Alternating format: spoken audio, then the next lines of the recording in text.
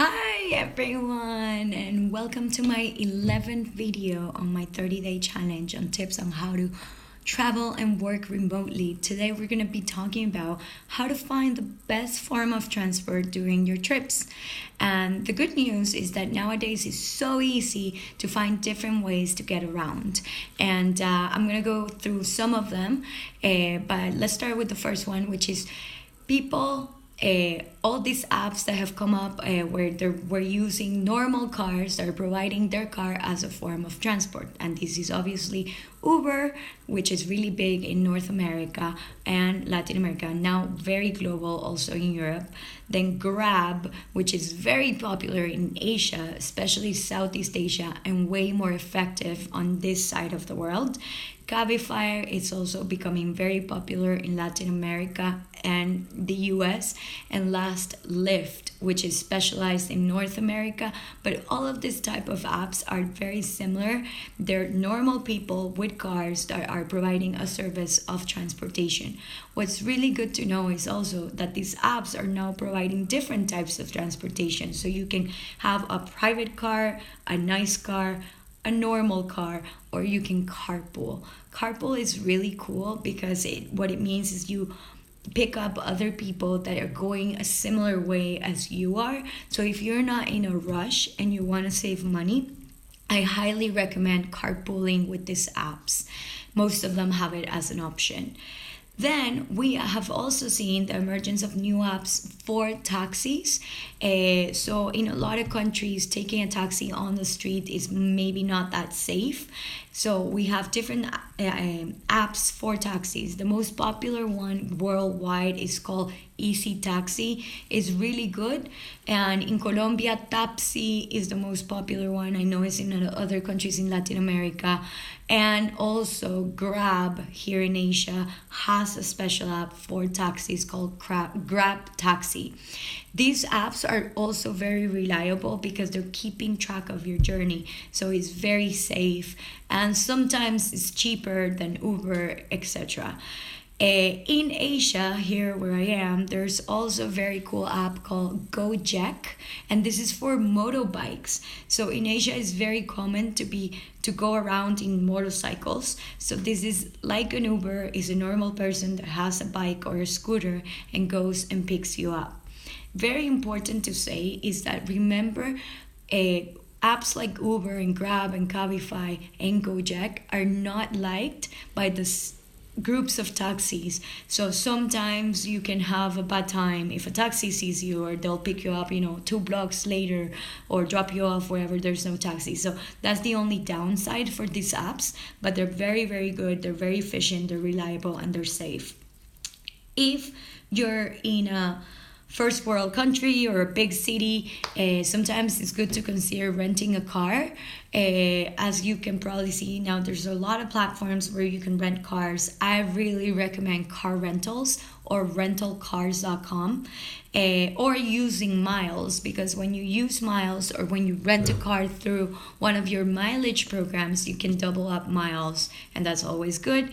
These are really good because you'll see cars are sometimes even cheaper than getting Uber rides or taxis.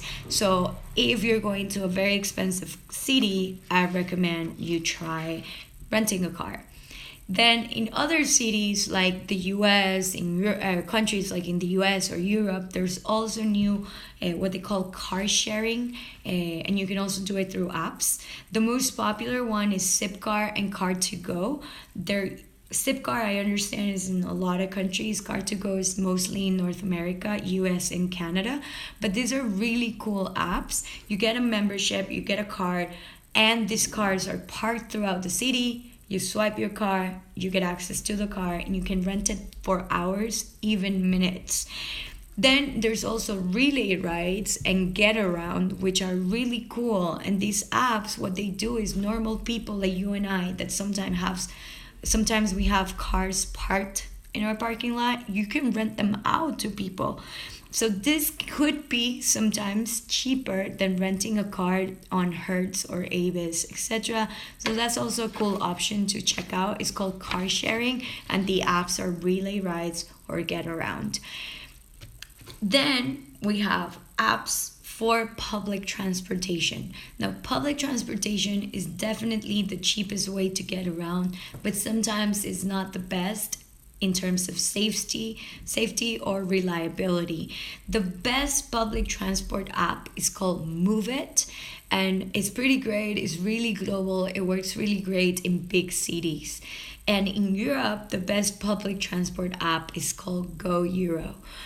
So make sure you check those out, especially, like I said, that's the cheapest way to get around, and it's usually also cool to experience it as part of the country's culture.